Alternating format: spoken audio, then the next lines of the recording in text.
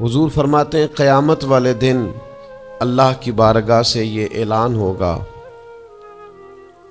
کہ کہاں ہیں وہ لوگ جو میری رضا کے لیے آپس میں محبت کیا کرتے تھے۔ رب فرمائے گا جب آج میرے عرش کے سائے کے علاوہ کوئی سایہ نہیں ہے تو میں انہیں اپنے عرش کا سایہ عطا کروں گا، کیونکہ وہ میری رضا کے لیے آپس میں دوستی کرتے، میری رضا کے لیے انہوں نے آپس میں محبت کی۔ تو دوستی کا سب سے پہلے تو یہ سٹیٹس بنائیں کہ اس کے اندر محض اللہ کی مرضی، اللہ کی رضا کے لیے ایک دوسرے سے پیار، منفعت نہ ہو اس کے اندر کوئی بھی، دنیاوی لالچ کوئی بھی نہ ہو، ہرس نہ ہو، ہوس نہ ہو، طمع نہ ہو، ذاتی مفادات نہ ہو۔ جب ان سے بالاتر ہو کر لوگ دوستیاں لگاتے ہیں تو وہ دوستیاں قائم رہتی ہیں۔ اللہ کے پیارے محبوب صلی اللہ تعالی علیہ وسلم نے فرمایا قیامت والے دن کچھ لوگ ایسے ہوں گے جن پر انبیاء اور اولیاء رشک کریں گے، ان کے چہرے 14ویں رات کی طرح چمک رہے ہوں گے، انہیں نور کے ممبروں پہ بٹھایا جائے گا۔ یا رسول اللہ اتنی فضیلت ان لوگوں کو حاصل ہے، یہ کون لوگ ہیں؟ تو حضور فرماتے ہیں یہ وہ لوگ تھے جو جس سے بھی دوستی لگاتے تھے، پیار کرتے تھے، محض اللہ کی رضا کے لیے کرتے۔ تو اللہ تعالیٰ صبح قیامت انہیں اعزازات سے نوازے گا، شرف سے نوازے گا، فضیلت سے نوازے گا۔ دوسری بات یہ ہے کہ دوستی کب قائم رہتی ہے؟ دوستی تب قائم رہتی ہے جب ہم دوستوں سے زیادہ امیدیں نہ لگائیں، انسانوں کو انسان ہی سمجھیں، ان سے بہت لمبی اور وسیع امیدیں لگا لینا اور بڑے وسیع مطالبات کرنا اور بڑی لمبی چوڑے تقاضے دوستوں سے کرنا۔ میں اکثر دوستوں کی خدمت میں یہ گزارش کیا کرتا ہوں کہ اپنے دوستوں سے کوئی مطالبہ کر کے انہیں آزمائش میں نہ ڈالو۔ تم نے اپنے ہی دوست کو لا کر پل صراط پہ کھڑا کر دیا ہے، بیچارہ اس طرف جائے کہ اس طرف جائے۔ ان سے کوئی ایسا مطالبہ کرنا جو ان کی پہنچ سے باہر ہو، ان کی حیثیت سے بڑھ کر ہو، ان کی طاقت سے زیادہ ہو، تو اس کا مطلب یہ ہے کہ آپ نے اپنی دوستی کو خود آزمائش میں ڈال دیا ہے۔ آپ اتنے لمبے چوڑے تقاضے نہ کریں، آپ محدود سا لوگوں کے ساتھ تعلق بنائیں۔ وہ جی میں اس کے اتنا کام آیا ہوں تو اب اس کو اس سے ڈبل آنا چاہیے، تو آپ نے دوستی کی نہیں، آپ نے تو تجارت کی۔ اگر آپ کی محبت ہوتی تو پھر تو آپ کا انداز اور ہوتا، جب تیرا حکم ملا ترک محبت کر دی، دل مگر اس قدر تڑپا کہ قیامت کر دی۔ تو یاد رکھیے گا کہ آپ حکم جب آ گیا، جب آپ محسوس کریں تو اس وقت پھر آپ اس چیز کو سمجھ جائیں۔ تو دوستیوں کو کبھی بھی آپ کٹہرے میں کھڑا نہ کریں، تعلقات کو کبھی بھی آزمائش کی بھیٹ نہ چڑھائیں، اس طرح کا ماحول نہ بنائیں جس میں آزمائش پیدا ہو، جس میں تکلیف بڑھ جائے، جس میں کرب کا احساس سامنے والے کو ستائے۔ کوشش کریں گنجائش رہے ماحول کے اندر، آسانی رہے، وسعت رہے۔ تیسری بات یہ ہے کہ اگر آپ محسوس کرتے ہیں کہ دوستی کو چلانا ہے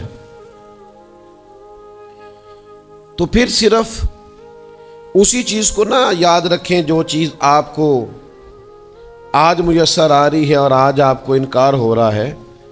اس سے پہلے جو دوستوں نے بڑی وفائیں کی ہیں وہ بھی تو یاد رکھیں نا۔ ہمارا یہ ماحول ہوتا ہے کسی بندے نے 99 دفعہ نیکی کی ہے، ایک دفعہ انکار کیا، تو ہمیں ایک دفعہ کا انکار تو یاد رہتا ہے لیکن 99 نیکیاں یاد نہیں رہتی۔ یہ بہت بڑی زیادتی ہے۔ آپ کو اگر اتنی لمبی چوڑی اس کی نیکیاں فراموش کرنے میں 1 منٹ نہیں لگا تو پھر آپ نے دوستی کس مقصد کے لیے لگائی تھی؟ آپ اس کو سمجھیں، اس کو آپ محسوس کریں۔ تو میں نے یہ دیکھا ہے زندگی میں کہ لوگ چاہتے ہیں کہ روز ان کا مطالبہ پورا کیا جائے، روز ان کا مطالبہ پورا۔ ہمارے ایک دوست تھے، بزرگ تھے، تو وہ سلسلہ طریقت کو چلاتے تھے، خانقاہی نظام کو، نظم کو لے کے چلنا مشکل ہوتا ہے۔ تو ان کے ایک مرید نے شکوہ کیا، اس نے کہا کہ حضرت پہلے آپ بڑا وقت دیتے تھے، اب آپ ٹائم نہیں دیتے۔ تو فرمانے لگے پہلے میرے بچے 1-2 تھے، اب درجنوں میں ہو گئے، اب وقت بٹ کے ملے گا نا۔ والد پہلے ایک پر توجہ دیتا ہے، بچے 4 ہو جائیں تو ٹائم تقسیم، بات کی سمجھ آ رہی ہے؟ تو وقت تقسیم ہو کے ملے گا نا. جب بچے بڑھ جاتے ہیں اور فرمانے لگے ابھی تو میرے سمجھ لو 10-15 بچے ہیں, تو جب پوتے نواسے نواسیاں ہو گئے تو یہ اور زیادہ بٹ جائے گا, پھر اس میں اور زیادہ تقسیم کار ہو جائے گی. تو پھر اس طرح کر کے ماحول میں تقسیم ہو جاتی, اور یہ ہوتا ہے. یہ ایک صورت ہے. آپ دیکھیے نا, کبھی ایسا بھی ٹائم تھا حجر اسود پر کہ اس کو ہاتھ لگا کے آپ چوم لیتے تھے, اور ڈھیروں وقت صحابہ اس پر چہرے رکھ کے رویا کرتے تھے. پھر ایسا وقت آیا کہ چھڑی لگا لو بھائی, چھڑی لگا کے پیچھے ہٹ جاؤ. اور اب ایسا ٹائم ہے کہ آپ دور سے استلام کر لیں. اب اگر آپ کہیں کہ مسلمان دیکھو جی حجر اسود کو تو ہاتھ لگانے کا موقع ہی نہیں مل رہا, تو بھئی نبی پاک نے تو فرمایا میں قیامت والے دن کثرت امت پر فخر کروں گا کہ میری امت زیادہ ہے. تو یہ تو تعداد کا بڑھنا, یہ تو کثرت کا ہونا, یہ تو باعث ناز اس کو سرکار نے کہا. اب آپ دائروں میں محدود کرنا چاہتے ہیں, آپ اس طرح کا ماحول بنانا چاہتے ہیں کہ کوئی شخص مقید ہو جائے, وہ اس دائرے سے باہر نہ نکلے, تو یہ تو بات درست نہیں ہے. تو کوشش کرنے کا مقام یہ ہے کہ آپ دوسروں کے لیے بھی گنجائش پیدا کریں, دوسروں کے لیے بھی آسانی کرنے کی کوشش کریں, پھر تعلق برقرار. اور پھر آپ پچھلی نیکیاں بھی تھوڑی یاد رکھیں کہ اس سے پہلے اس نے بڑی نیکی کی, بڑی محبت کی, تو پچھلی نیکیاں بھی دوستوں کی یاد رکھیں. صحیح بخاری سے ایک حوالہ عرض کرتا ہوں.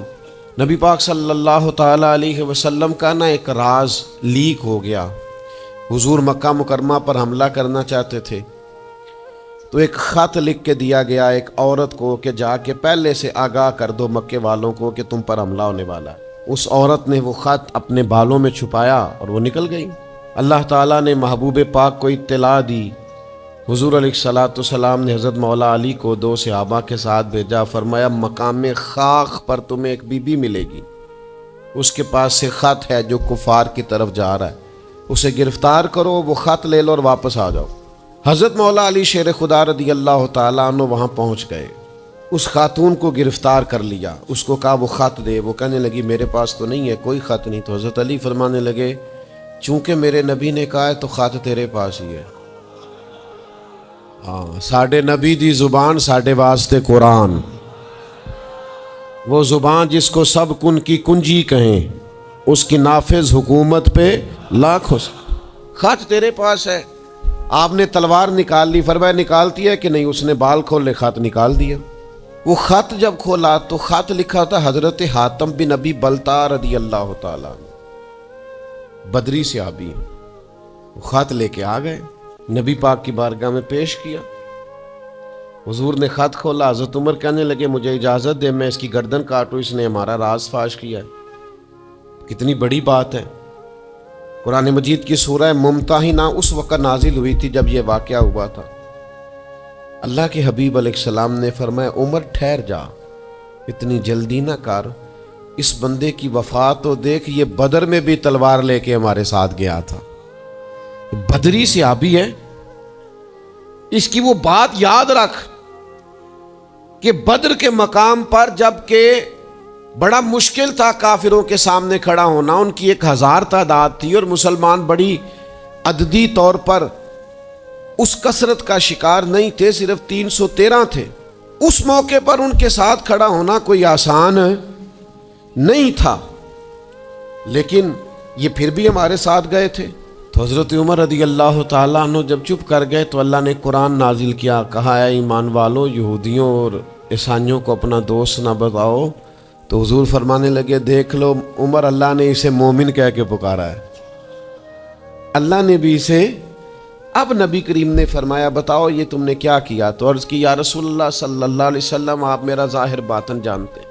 جتنے بھی یہاں سے لوگ ہجرت کر کے مکے سے آئے ہیں نا, ان کا کوئی نہ کوئی رشتہ دار مکے میں ہے جو ان کے رشتہ داروں کا, بال بچوں کا, گھر والوں کا دھیان رکھتا. میرا وہاں کوئی بھی نہیں, اور مجھے پتا تھا آپ نے حملے کا ارادہ کر لیا ہے تو انشاءاللہ کامیابی اللہ نے مسلمانوں کو ہی دینی ہے, وہ کر کچھ نہیں سکتے. میں ان پر ایک احسان کرنا چاہتا تھا تاکہ وہ میرے بچوں کا اور میرے پیچھے گھر والوں کا تھوڑا خیال رکھیں, اتنی سی میری خواہش تھی. میرے نبی کریم نے ان کا عذر قبول کر لیا. فرمایا ٹھیک ہے, آپ جو کہہ رہے ہیں بات ایسے ہی ہے, آپ کو اسلام کو نقصان نہیں پہنچانا چاہتے, آپ یہ چاہتے تھے کہ کوئی ایک نیکی ان پہ کر دی جائے تاکہ وہ آپ کے، تو اتنی بڑی بظاہر بات تھی لیکن حضور نے قبول کر لی۔ معنی کیا ہے کہ دوستوں کی پچھلی نیکیاں بھی یاد رکھنی چاہیے، ان کی پچھلی بھی خوبیوں اور پچھلے بھی معاملات کو تھوڑا یاد رکھنا چاہیے۔ ہم کیا کرتے ہیں؟ ہم کہتے ہیں جی اب وہ یہ نہیں کر رہا، بھئی تب کر رہا تھا نا، تو تب کی یاد کر لو، تب کی یاد رکھ لو، اس وقت کی آپ خیال کر لیں۔ ہم کیا کرتے ہیں؟ ہم 99 دفعہ کسی نے نیکی کی ہے تو ہم کہتے ہیں 100/100 چاہیے، آج بھی یہ کرے گا تو پھر تو قابل قبول ہے۔ تو اس سے کیا ہوتا ہے؟ اس سے تکلف پیدا ہوتا ہے، ایک آدمی روز کیسے نیکی کر سکتا ہے؟ چوتھی بات یہ ہے، اگر ہم چاہتے ہیں دوستیاں نبھیں تو اسلام کا ایک حسن ہے کہ اسلام دین اعتدال ہے۔ اسلام کہتا ہے چلو ہی ذرا معتدل ہو کے، پہلے ہی ذرا تھوڑا سا احتیاط سے چلو۔ ہم جب کسی بندے کے اوپر فدا ہوتے ہیں تو پھر پورے ہی فدا ہوتے ہیں، پھر تو جناب یہ بھی تیرا ہے، یہ بھی تیرا ہے، یہ بھی تیرا ہے، اور پھر جب بعد میں لڑائی ہوتی ہے تو چائے کی پیالیوں کا بھی حساب کرتے ہیں کہ وہ جو وہاں جاتے ہوئے چائے پی تھی نا، اس کے پیسے بھی میں نے دیے تھے، لہذا وہ بھی میرے بنتے ہیں واپس کر۔ کورے ورک کتاب نہیں ہوندے، پتھر دل گلاب نہیں ہوندے، اور سجنا پہلوں ہی سوچ کے لائیں، پھر یاراں نال حساب نہیں ہوندے۔ آپ سوچ سمجھ کے دوستی لگائیں، تعلقات کو سوچ سمجھ کے لے کے آگے چلیں۔ نبی پاک صلی اللہ علیہ وسلم نے فرمایا وقفے سے ملا کرو، محبت بڑھتی ہے۔ تھوڑا نا وقفے سے ملا کرو، اس سے محبت بڑھے گی۔ یہ جو بہت وارفتگی ہے نا، بہت وارفتگی ہے، بہت جوش ہے، تو اس کا نتیجہ یہ نکلتا ہے کہ جتنی زور سے گیند دیوار سے لگتی ہے پھر اتنی زور سے ہی گیند واپس آتی ہے، اس کے نتائج ٹھیک نہیں نکلتے۔ تو عرض یہ کرنا چاہتا ہوں کہ اعتدال میں رہیں، معتدل رہیں، آپ اس حد سے تجاوز ہی نہ کریں۔ میرے پاس یہاں ایک دوست آئے تو مجھے کہنے لگے جی میرا دوست بڑا اچھا تھا، بڑا نائس تھا، بڑا بہترین تھا، بڑا پیارا تھا، میرے ایک دوسرے دوست نے اسے خراب کر دیا۔ تو میں نے کہا وہ دوسرا دوست میں سمجھا نہیں۔ کہنے لگے یہ میرا پرانا دوست تھا جس نے اسے خراب کیا، اور جسے کیا وہ نیا تھا 2-4 سال، اس کی میں نے دوستی لگائی تھی، اب وہ دونوں ڈائریکٹ ہو گئے اور مجھے انہوں نے بیچ میں سے نکال دیا ہے۔ تو میں نے کہا یہ تو اکثر ہوتا ہے، پہلی دفعہ تو نہیں ہوا، اس طرح تو ڈھیر دفعہ ہوتا ہے۔ کہنے لگے میں کروں کیا، میں نے بڑا شور کیا ہے، ان کو اپنے احسان بھی یاد کرائیں پر وہ مانتے نہیں۔ میں نے کہا اب حل ہے نا، تھوڑا چپ کر جا کچھ عرصے کے لیے، تھوڑی خاموشی اختیار کر۔ جو چپ کر جاتا ہے وہ بھی بچ جاتا ہے۔ اگر تم چاہتے ہو کہ یہ دوستی پھر سے بحال ہو جائے تو زیادہ شکوے نہ کرو، زیادہ شکایتیں۔ ہم بعض اوقات اعتراضات اتنے کر بیٹھتے ہیں، شکوے اتنے کر بیٹھتے ہیں، اپنی زبان سے باتیں اتنی نکال بیٹھتے ہیں کہ دوبارہ پھر دوستی کا بحال ہونا ممکن ہے۔ ایک حدیث یاد رکھیں گے اگر سناؤں آپ کو تو؟ نبی پاک صلی اللہ تعالی علیہ وسلم نے فرمایا کسی سے دشمنی بھی کرو تو اعتدال سے کرو، ہو سکتا ہے کل کو وہ تمہارا دوست بن جائے۔ اور فرمایا کسی سے دوستی بھی کرو تو اعتدال سے کرو، ہو سکتا ہے کل یہ دشمن بن جائے۔ دوستی اور دشمنی میں یہ جامع ترمذی میں حدیث، اعتدال کا رستہ نہ چھوڑو، معتدل رہو۔ سارے راز ہی دے بیٹھنا، ساری باتیں پہلے کر لینا اور اعتراض کرنا، اب تو شکوے بھی پھر سارے ہی کر لینا۔ دوست کو اس کی کمزوریوں کا بھی پتہ ہوتا ہے، وہ ساری کمزوریاں بھی اس کی بیان کر لینا، اس کو بھی بتانا، اس کو بھی بتانا، اس سے بھی ذکر کرنا، تو یہ انداز درست نہیں ہے۔ آپ معتدل انداز میں دوستی لگائیں، اعتدال کے ساتھ چلیں، شکوے زیادہ نہ کریں، اعتراض زیادہ نہ کریں۔ وہ بے وفا ہی صحیح، پھر بھی یار اپنا، چلو اس میں کمی ہے، وہ اس میں بے وفائی ہے، پر سجن تو اپنا ہے نا۔ تو دوستی ہماری ہے اس کے ساتھ، اس کی کمزوریوں کو چھپائیں۔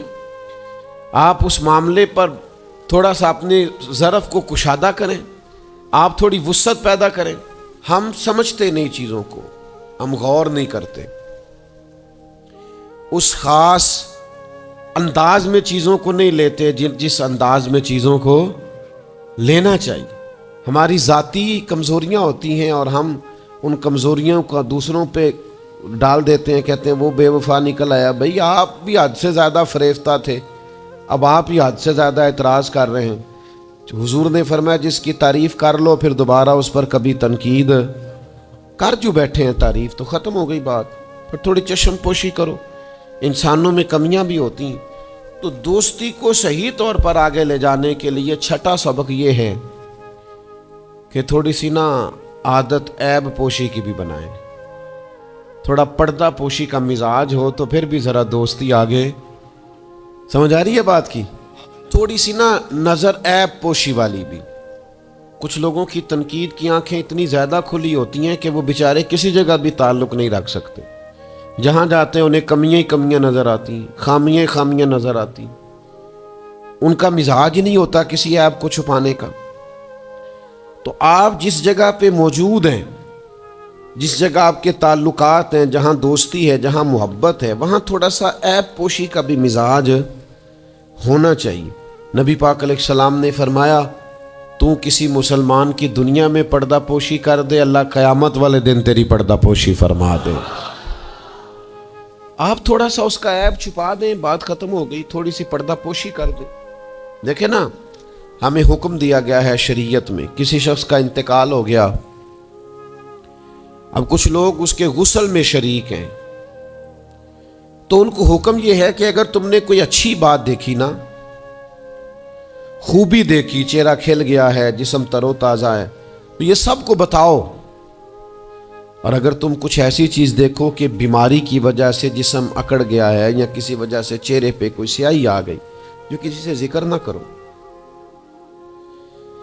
جانے والے کے لیے تم اچھی چیزوں کو تو بیان کرو لیکن نقائص کو کبھی بھی بیان نہ کرو. اور نبی پاک علیہ السلام نے فرمایا اذکروا محاسن موتاکم, جب تم میں سے کوئی دنیا سے چلا جائے تو اس کی اچھی اچھی باتوں کا بیان کرو, اس کی اچھی اچھی باتوں کا ذکر کرو, اس کی خیر والی باتیں ڈھونڈ کے لوگوں کو سناؤ. یہ خوبی پائی جاتی تھی, یہ خوبی پائی جاتی تھی, یہ خوبی پائی جاتی. میں تھوڑے دنوں کی بات ہے, ایک جگہ پہ میں حاضر تھا, تو ایک صاحب وہاں اپنے ہی دوستوں کے کسی جھوٹ کا ذکر کر رہے تھے, اور وہ کہتے ہی جا رہے تھے بڑا غلط ہے, بڑے جھوٹ بولتا ہے, بڑے جھوٹ بولتا ہے, بڑے جھوٹ بولتا ہے. تو ایک آدھ دفعہ میں نے ان سے کہا کہ چلیں چھوڑیں, کوئی اور موضوع بھی ڈسکس کریں. انہوں نے کہا جی وہ بے وفا بھی بڑا ہے, مطلب پرست بھی بڑا ہے. پھر میں نے کہا چلیں کوئی اور موضوع بھی چھیڑیں. انہوں نے کہا نہیں جی وہ بندہ ہی بڑا غلط ہے. میں نے ان سے کہا ایک بات کروں؟ کہنے لگے کر لے. میں نے کہا آپ کو اس سے پیار بڑا ہے. کہنے لگے وہ کیسے؟ میں نے کہا آپ اس کا موضوع چھوڑنے کو تیار ہی نہیں. یہ جو آپ شکوہ کر رہے ہیں نا, اس کو نچوڑے نا تو اس کے اندر سے محبت چھلکتی ہے. آپ اس کا موضوع چھوڑنے کو تیار. یہ جو ہر بات پہ اب کبھی آپ کہتے ہیں جھوٹا بڑا ہے, کبھی کہتے ہیں بدعہد بڑا ہے, کبھی آپ کہتے ہیں وہ مطلب پرست بڑا ہے, تو 3-4 دفعہ آپ سے کہا ہے موضوع بدل دیں تو نہیں نہ بدل رہے. اس کا مطلب یہ ہے کہ آپ کو اس شخص سے محبت. تو یہ جو آپ شکوے کر رہے ہیں نا بار بار, اسے بھی نچوڑیں تو اس کے اندر سے محبت چھلک رہی ہے. وہ جو باپ بار بار کہتا ہے نا فلانا منڈا میرا بڑا نافرمان ہے, تو اصل میں والد کو پیار ہوتا ہے. وہ بار بار جو اس کا ذکر کرتا ہے, بار بار لوگوں کے سامنے. اچھا بچہ کہہ رہا ہوتا ہے مجھے بدنام کر رہے ہیں, یہ دیکھیں جی بار بار ہر جگہ سے یہ میری شکایتیں کرتے ہیں. تو اصل بات کیا ہوتی ہے؟ اصل بات یہ ہوتی ہے کہ اس بندے کو اس سے محبت بہت زیادہ ہے. وہ چاہتا ہے اس پیار کے سبب سے, اس محبت کی وجہ سے, کہ وہ بار بار اس کا ذکر کرے, بار بار اس کا تذکرہ کرے. تو تھوڑی عیب پوشی کا مزاج بنائیں, تھوڑا درگزر کی طبیعت بنائیں, تھوڑا ماحول کے اندر اس طرح کا مزاج لے کے آئے. ہم دوستوں سے میں اکثر ایک بات کرتا ہوں, ہم نہ صرف خامیاں یاد رکھتے ہیں, خوبیوں کا ذکر نہیں کرتے. اس کا نتیجہ یہ نکلتا ہے کہ ہماری دوستیاں تیزی سے ختم ہوتی ہیں, تعلقات زیادہ دیر پا ہوتے نہیں, چلتے نہیں. ہمیں کرنا یہ ہے کہ ہمیں اللہ کی رضا کے لیے دوستی کرنی, اللہ کی رضا کے لیے لوگوں سے پیار کرنا, اللہ کی رضا کے لیے اللہ کے بندوں کی باتیں سننی, اللہ کی مخلوق سمجھ کے لوگوں کی خوبیاں دیکھنی, اللہ کے بندے سمجھ کے ان کے اندر پائی جانے والی باتوں کو ہم نے اخذ کرنا۔ اگر ہم تعلقات میں لالچ لائیں گے، ذاتیات لائیں گے، زیادہ امیدیں لگائیں گے، اس کا نتیجہ ٹھیک۔ ایک بزرگ غریب تھے پھر امیر ہو گئے، تو کسی نے ان کو مبارک دی کہ بڑی بات ہے، آپ کو اللہ نے بڑے پیسے دیے ہیں۔ تو فرمانے لگے یار پہلے جو یار تھا وہ میرا دوست تھا، اب تو ڈھیر سارے لوگ میری جیب کے دوست ہیں، اب تو جیب کا رشتہ ہو گیا ہے لوگوں کا، ڈھیر سارے لوگوں کا۔ تو دوستیوں میں اخلاص لائیں، خلوص لائیں، ساری زندگی یہ طے کریں کہ میں نے دوست کے کام آنا ہے، پر میں نے دوست کو کام کہنا نہیں، میں نے اس کی خدمت کرنی ہے لیکن کبھی اسے اپنی خدمت کے لیے مجبور جس حد تک ہو سکے اس کی مدد کرنی ہے، لیکن کبھی اسے اس تکلیف میں ڈالنا، یہ مزاج پیدا کریں۔ آپ کو اس دوستی میں روحانیت محسوس ہوگی، اس تعلق کے اندر آپ کو ٹھنڈک محسوس ہوگی۔ لیکن جب شائبہ ایک نقطے کا بھی ذاتی لالچ کا آ جائے گا نا، پھر اس میں ٹھنڈک نہیں رہے گی، اس میں وہ خوبی نہیں رہے گی جو کہ ہونی چاہیے۔ اللہ تعالی ہمیں سمجھنے کی